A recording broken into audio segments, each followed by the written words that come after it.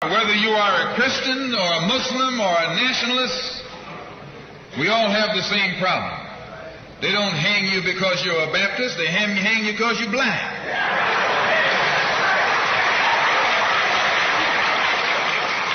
They don't attack me because I'm a Muslim, they attack me because I'm black. They attack all of us for the same reason. All of us catch hell from the same enemy. We're all in the same bag, in the same boat. We suffer political oppression, economic exploitation, and social degradation. All of them from the same enemy. The government has failed us. You can't deny that. Anytime you live in the 20th century, 1964, and you walking around here singing, "We shall overcome," the government has failed us.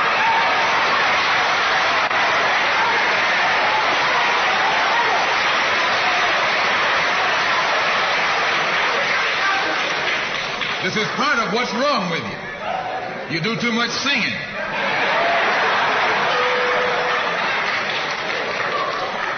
Today it's time to stop singing and start swinging.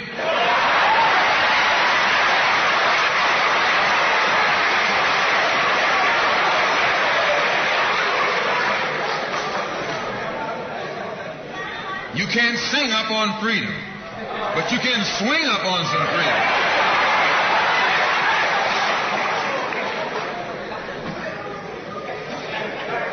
Cassius Clay can sing, but singing didn't help him to become the heavyweight champion of the world. Swinging helped him become the heavyweight.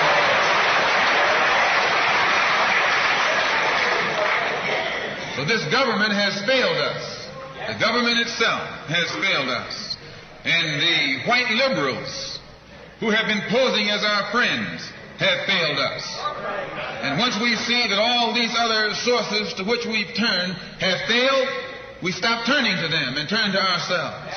We need a self-help program, a do-it-yourself philosophy, a do-it-right-now philosophy, it's already too late philosophy. This is what you and I need to get with. And the only way we're going to solve our problem is with a self-help program. Before we can get a self-help program started, we have to have a self-help philosophy. Black nationalism is a self-help philosophy. What's so good about it, you can stay right in the church where you are and still take black nationalism as your philosophy. You can stay in any kind of civic organization that you belong to and still take black nationalism as your philosophy. You can be an atheist and still take black nationalism as your philosophy. This is a philosophy that eliminates the necessity for division and argument. Because if you're black, you should be thinking black. And if you're black and you're not thinking black at this late date, well, I'm sorry for you.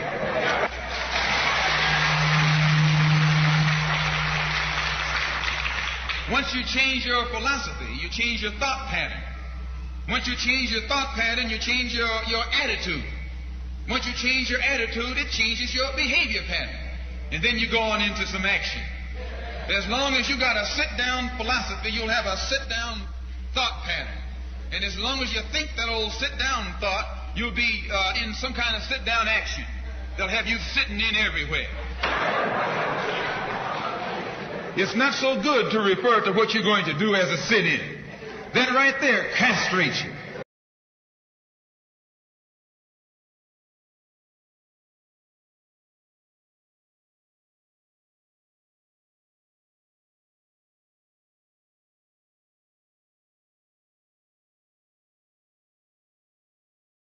Right there it brings you down.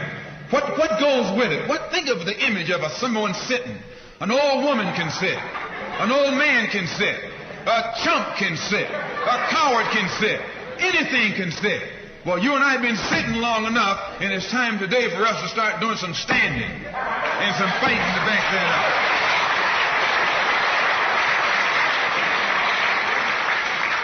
When we look at other parts of this earth upon which we live, we find that black, brown, red, and yellow people in Africa and Asia are getting their independence. They're not getting it by singing, "We shall overcome." No, they're getting it through nationalism. It is nationalism that brought about the independence of the people in Asia.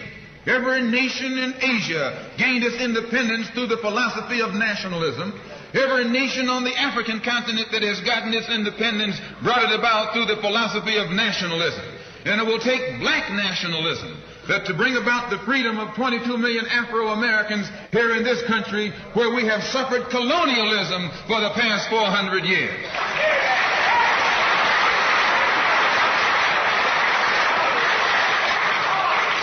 America is just as much a colonial power as England ever was. America is just as much a colonial power as France ever was. In fact, America is more so a colonial power than they, because she's a hypocritical colonial power behind it.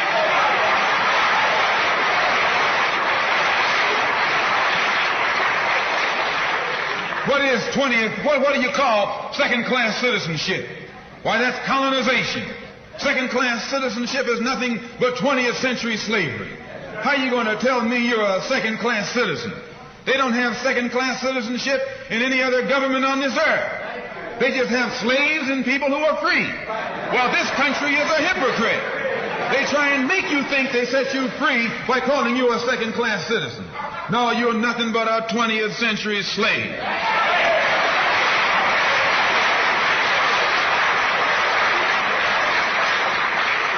Just as it took nationalism to remove colonialism from Asia and Africa, it'll take black nationalism today to remove colonialism from the backs and the minds of 22 million Afro-Americans here in this country. And 1964 looks like it might be the year of the ballot or the bullet.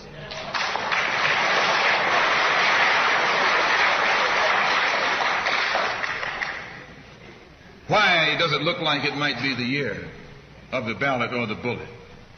Because Negroes have listened to the trickery and the lies and the false promises of the white man now for too long. And they're fed up. They've become disenchanted. They've become disillusioned. They've become dissatisfied. And all of this has built up frustrations in the black community that makes the black community throughout America today more explosive than all of the atomic bombs the Russians can ever invent. Whenever you got a racial powder keg sitting in your lap, you're in more trouble than if you had an atomic powder keg sitting in your lap.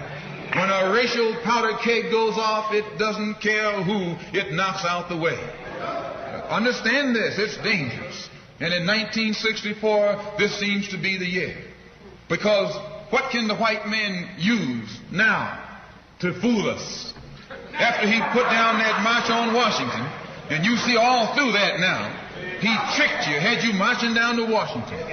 Yes, had you marching back and forth between the feet of a dead man named Lincoln and another dead man named George Washington, singing "We Shall Overcome."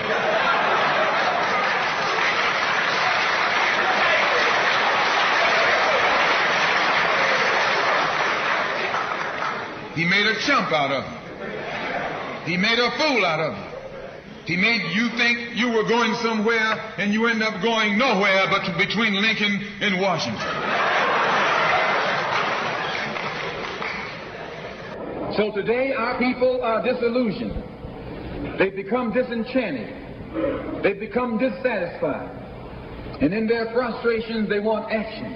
You'll see this young black man, this new generation, asking for the ballot or the bullet. That old Uncle Tom action is outdated. The young generation don't want to hear anything about the odds are against us. What do we care about odds?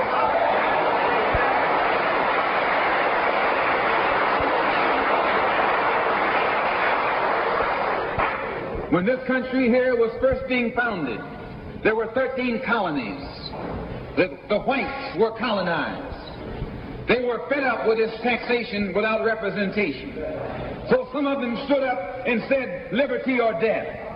Though I went to a white school over here in Mason, Michigan. The white man made the mistake of letting me read his history books. He made the mistake of teaching me that Patrick Henry was a patriot. And George Washington wasn't nothing nonviolent about old Pat or George Washington. Liberty or death was what brought about the freedom of whites in this country from the English.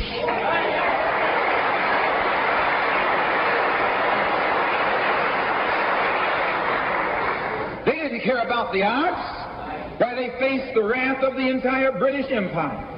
And in those days, they used to say that the British Empire was so vast and so powerful when the sun would never set on it. This is how big it was.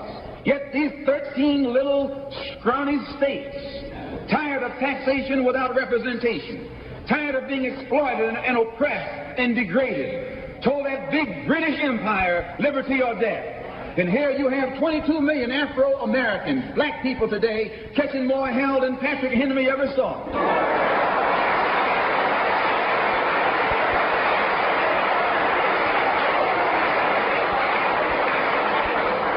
And I'm here to tell you, in case you don't know it, that you got a new generation of black people in this country who don't care anything whatsoever about ours. They don't want to hear you, old Uncle Tom, handkerchief heads talking about the arts. No.